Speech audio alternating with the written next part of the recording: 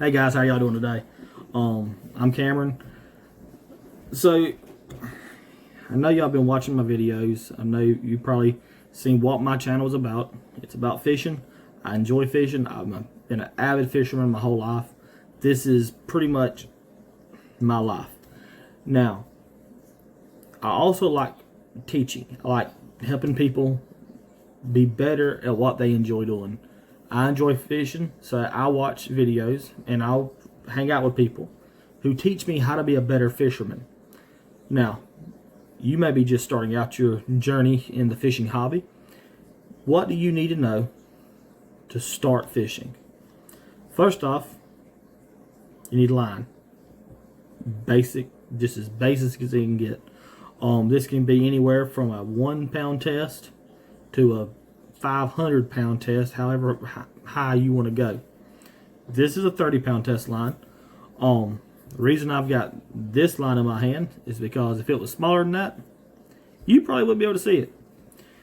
Next thing, corks, bobbers, and we're gonna go into detail about these things. I call them a cork. Some folks call them a strike indicator. It makes your line float. That's all you need to know. Some of them are better than others. Personally, that's a different topic for a different day. But some of them are better than others. Okay, so I'm back.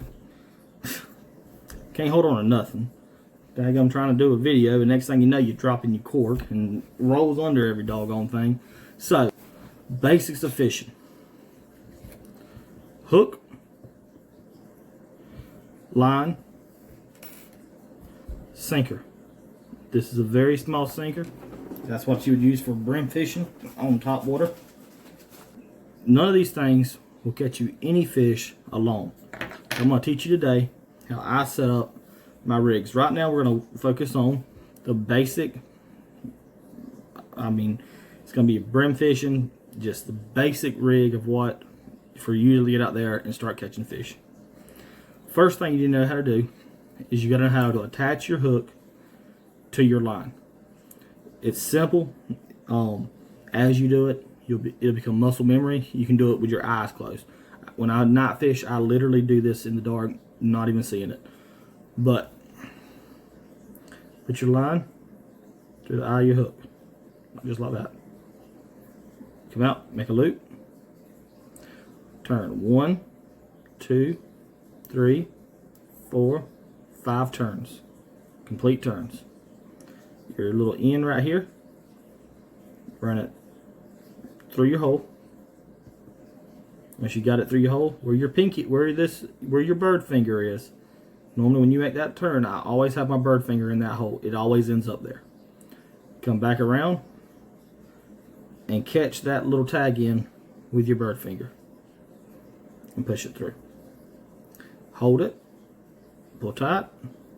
Now, if you pull on this, on your tag in, it's really not going to do nothing. It might tighten up a little bit. But what you want to do is release your bird finger, release that tag, and pull. And it's going to cinch that knot down. Take you a pair of pliers or a pair of scissors, a knife, your teeth, whatever you want to use. You bite that sucker and you fix it and you tighten that sucker down. Now, things you can do to better this knot is wet it. If you add a little bit of moisture to it, it'll cinch down much better. Now, what's the next thing in the step? Well, you can do one of two things with this setup. You can fish with live bait, like minnows, shiners, goldfish if it's legal in your state. If it's legal in your state to catch any small fish, if you have a big enough hook, you can hook your fish. I'll show you how to do that in another video.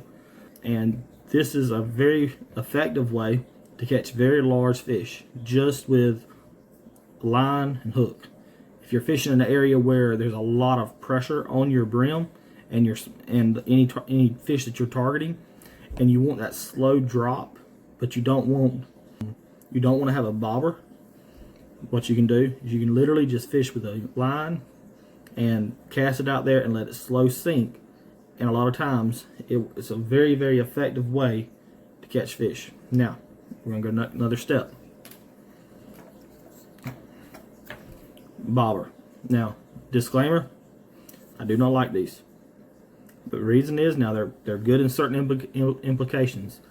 If I was going to have something I wanted to make a lot of noise to attract some fish or scare away some fish, this is a bobber I'd use. However, this is what I have up here with me in the office, so I'll show you how to set it up.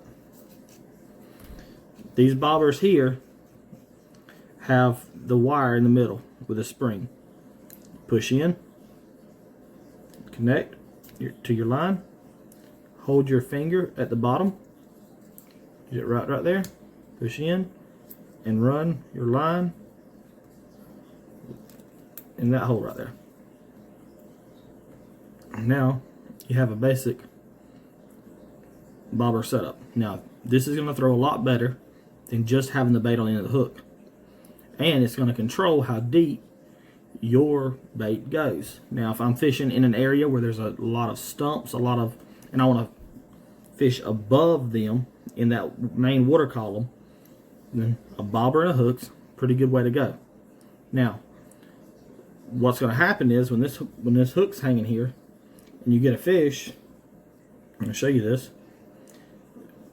This right here can move around, or you don't have much sensitivity on the actual bobber itself. So a fish can be down here messing with this and you have no idea. The way you can fix that and increase your sensitivity is with a bullet weight. Just a small little weight, and what that does is when it's in the water, it's going to add some weight to the bottom and make your bait more sensitive, so you'll be able to feel your fish. How you connect these to your line is two ways. The way I always do it, and because I don't want to mess this up, I take it and bite down that little end and it closes it. Again, it is lead. They say lead causes cancer, but what don't give you cancer these days? What you can do, connect, run this. I don't know if you can see that or not. See how there's a small little slit in that piece of lead? Run that in your line. What I always do, again, that bird finger. Take your pair of pliers, crimp that sucker down.